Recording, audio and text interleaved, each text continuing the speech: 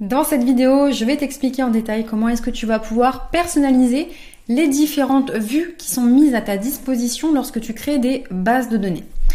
Donc on va démarrer avec la vue table qui s'affiche ici.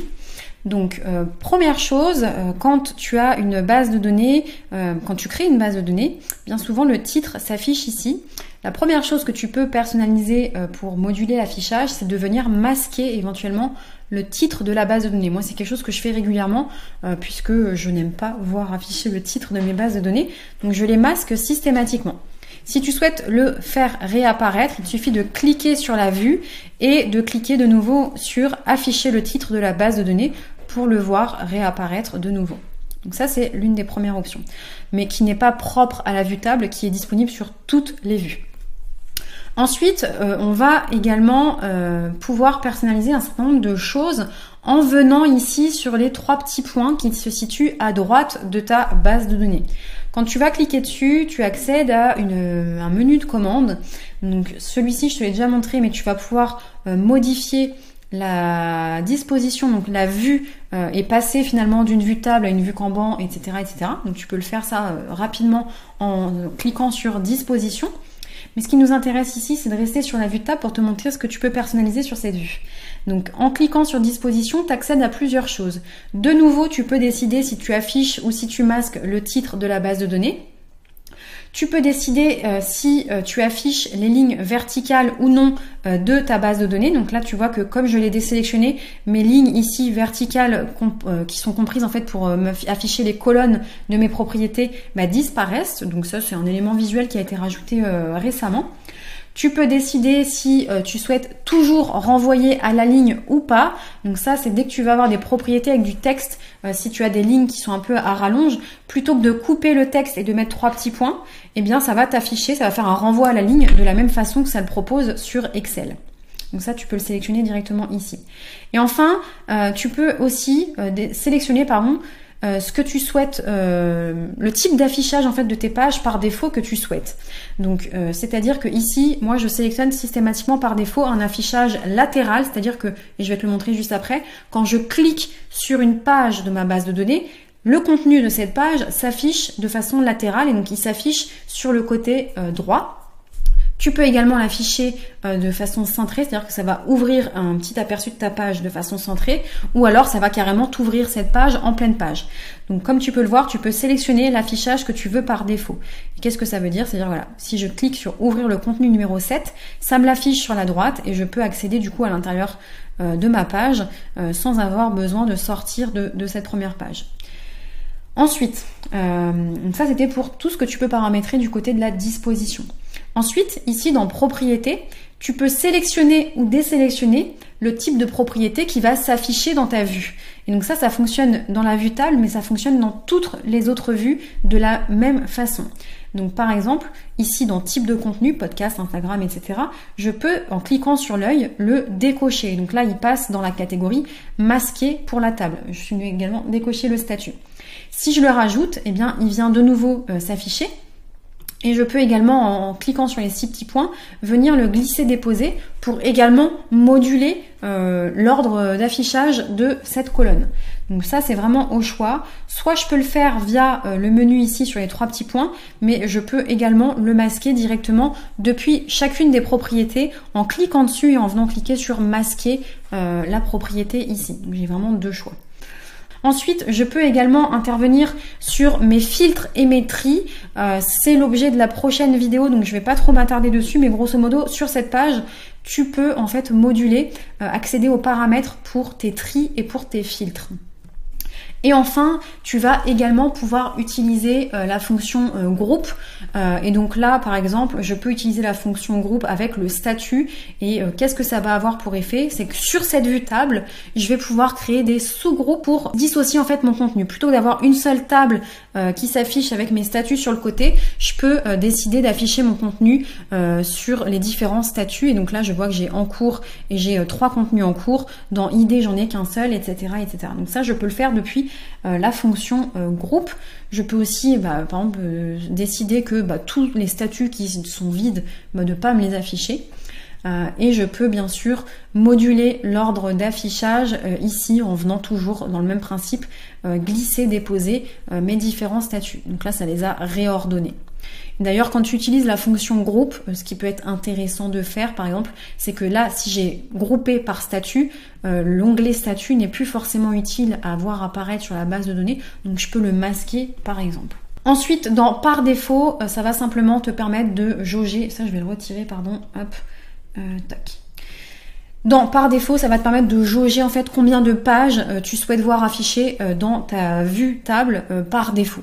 Donc quand tu as beaucoup d'entrées dans tes bases de données, je te conseille, moi en tout cas j'aime pas en voir afficher beaucoup, donc il est toujours paramétré normalement sur 10 et ça a pour effet en fait de te faire afficher un petit bouton quand ça dépasse en disant afficher plus. Donc ça te permet, tu vois, de pas scroller à l'infini sur tes pages. Par exemple, si tu as 100 pages de paramétrer par défaut, tu vas te retrouver en fait à scroller à l'infini sur tes tables et c'est franchement un peu enquiquinant. Ensuite, tu vas pouvoir également verrouiller ta base de données. Donc, pour savoir que c'est verrouillé, tu vas avoir un cadenas qui va apparaître ici où tu vas pouvoir déverrouiller et reverrouiller. Copier le lien de la vue pour le partager, dupliquer une vue ou supprimer la vue d'une base de données. Donc voilà pour la vue table. Ensuite, pour la vue Kanban, on va fonctionner exactement de la même façon. On va venir ici dans les onglets de personnalisation. Donc, premièrement, la disposition. Qu'est-ce qu'on va pouvoir faire? Toujours afficher ou masquer le titre de la base de données. Ensuite, on va pouvoir moduler en fait l'affichage cette fois-ci en lien avec les photos. C'est-à-dire que dans la vue Kanban, comme dans la vue galerie, on a la possibilité d'avoir un affichage, un aperçu du contenu photo, image qui est contenu dans la carte. Et donc c'est ici qu'on va sélectionner. Est-ce que j'en veux pas? Et donc dans ce cas-là, je mets aucun. Est-ce que je souhaite afficher la photo qui a été mise dans l'image de couverture? Est-ce que je souhaite afficher la première image qui va être mise dans la page, donc à l'intérieur de la page, donc dans le contenu finalement de la page? Ou est-ce que je souhaite afficher, c'est ce que j'avais sélectionné, l'image qui est contenue dans le fichier? Puisque ici, j'avais mis une propriété fichier et j'avais uploadé 2 images. Ce sont celles-ci qu'on retrouve dans cette vue Kanban. Ensuite, je vais pouvoir également jouer sur la taille, c'est-à-dire que je vais pouvoir décider d'ajuster l'image. Donc là, par exemple, on est dans le cadre d'une image qui est plutôt verticale. Donc là, elle avait été ajustée par défaut, mais je peux l'ajuster de nouveau pour la voir affichée en entier. Je peux de nouveau aussi définir comment est-ce que je vais grouper, sachant que sur la propriété, enfin sur la vue Kanban, pardon, c'est automatiquement groupé par défaut par l'une des propriétés. Donc souvent c'est par la première propriété que tu vas avoir configuré, mais si tu as plusieurs propriétés du type select ou multi-select, eh bien tu vas pouvoir bien sûr modifier ce type de propriété dans le cadre d'un calendrier édito en tout cas, mais tu n'es pas limité, c'est-à-dire que tu peux aussi grouper par tout autre type de propriété. Tu peux même grouper éventuellement par les dates de publication, etc., etc. Tu n'es vraiment pas limité. Généralement, là, pour reprendre l'exemple du calendrier édito, on a pour habitude de grouper plutôt par statut, par étape de production, mais c'est quelque chose, sache que c'est quelque chose que tu peux moduler. Tu peux aussi, et ça c'est chouette, décider si tu souhaites colorer les colonnes ou pas. Et donc là, comme tu peux le voir en l'affichant, c'est venu me mettre une couleur de fond sur mes différentes colonnes. Et ça, par contre, les couleurs, c'est pas quelque chose que tu peux personnaliser. Ça va automatiquement prendre la couleur de la propriété de l'option Select ou Multi-Select que tu auras sélectionné dans ton statut. Donc ça, c'est au choix et tu peux de nouveau choisir en fait l'affichage par défaut de ta page. De la même façon, ensuite, sur les onglets de personnalisation, tu peux faire exactement la même chose. C'est-à-dire, tu vas pouvoir décider quel type de propriétés apparaissent. Donc là, ce sont les propriétés qui vont apparaître dans ta carte. Donc là, par exemple, on a uniquement le type de contenu, mais on pourrait également afficher la date de publication, donc qui viendrait se rajouter juste ici, etc., etc. Ensuite, sur la vue calendrier, qu'est-ce que l'on va pouvoir personnaliser? Eh bien, on va pouvoir personnaliser si tu as plusieurs propriétés dates dans tes bases de données. Donc, imaginons que tu as une date de publication et que tu as une date de tournage, par exemple si tu fais de la vidéo, eh bien tu vas pouvoir sélectionner ici par quel type de date tu souhaites afficher ton contenu. Donc ça, si tu souhaites en afficher plusieurs par exemple, eh bien tu peux très bien créer une vue qui va dire que cette vue-là affiche les dates de publication et créer une autre vue pour pouvoir afficher cette fois-ci les dates de tournage. C'est vraiment au choix. Mais là, à partir du moment où tu auras plusieurs propriétés dates dans ta base de données, on va t'en proposer plusieurs. Et de la même façon, ajouter, afficher ou désafficher le titre de la base de données et également choisir l'affichage par défaut de l'intérieur de tes pages. Tu peux de la même façon sélectionner ou désélectionner les propriétés qui vont s'afficher sur cette vue calendrier. C'est à peu près tout ce que tu vas pouvoir personnaliser. Ensuite, sur la vue galerie, qu'est-ce qu'on va pouvoir personnaliser ? De la même façon, on va pouvoir choisir l'affichage de la carte, pareil que sur la vue Kanban, puisque ce sont deux vues qui sont très visuelles. Donc soit aucune, soit l'image de couverture, soit le contenu, soit le fichier. Tu vas pouvoir encore une fois ajuster l'image qui va apparaître dans ta carte. Sache d'ailleurs que pour la vue galerie, moi je l'utilise beaucoup mais sans image, c'est-à-dire que régulièrement je l'utilise mais ici je mets aucune image parce que j'aime bien en fait l'affichage de cette vue et donc tu n'es pas obligé de l'utiliser uniquement avec des images, sache-le.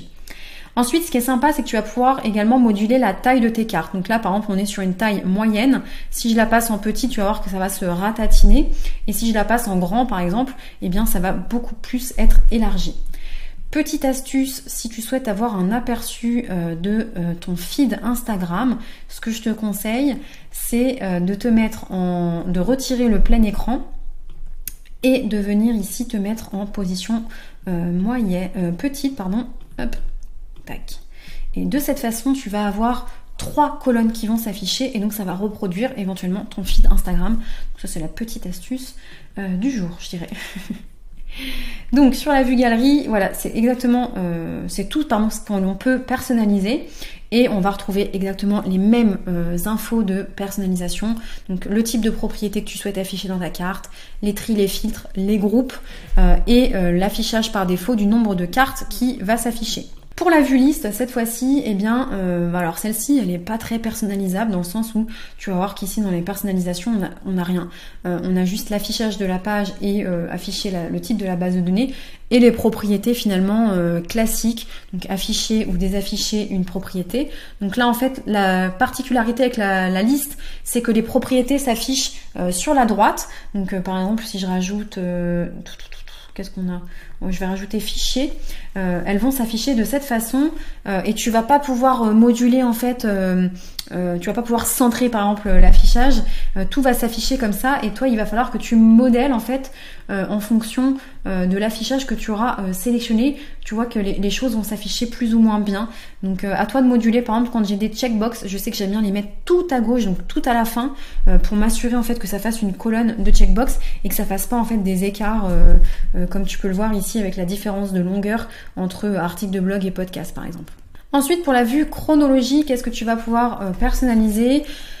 On va se remettre dans disposition et là pour les onglets de disposition, enfin pour la personnalisation pardon, on va pouvoir faire à peu près la même chose que sur la vue calendrier puisque c'est une vue qui utilise des dates. Donc on va pouvoir définir la chronologie, est-ce qu'elle s'affiche avec quel type de propriété date et ça tu pourras sélectionner. Et la petite distinction, c'est que tu peux séparer le début et la fin. Et quand tu vas activer cette option, on va te proposer de choisir une propriété différente pour la date de début et une propriété différente pour la date de fin. Et donc ça va en fait devoir te forcer en fait à créer deux propriétés dates. Une date propre au début du projet, une date propre à la fin du projet. Donc si c'est ton cas, tu peux activer ici, séparer la date de début et de fin. Dans l'affichage propre de cette vue chronologie, tu peux ici également modifier par quelle fréquence en fait tu souhaites l'afficher. Est-ce que tu souhaites avoir vraiment une chronologie à l'heure, au jour, à la semaine, à l'année, etc., etc. Donc plus tu vas sélectionner large, plus tu auras une vue globale, centrale des éléments que tu peux afficher. Et pour revenir en arrière ou avancer, il suffit de scroller ici sur la timeline pour voir afficher tous ces éléments. Voilà pour la personnalisation des différentes vues qui sont mises à ta disposition pour les bases de données. Je te retrouve dans la prochaine vidéo pour t'expliquer comment utiliser les filtres et les tris.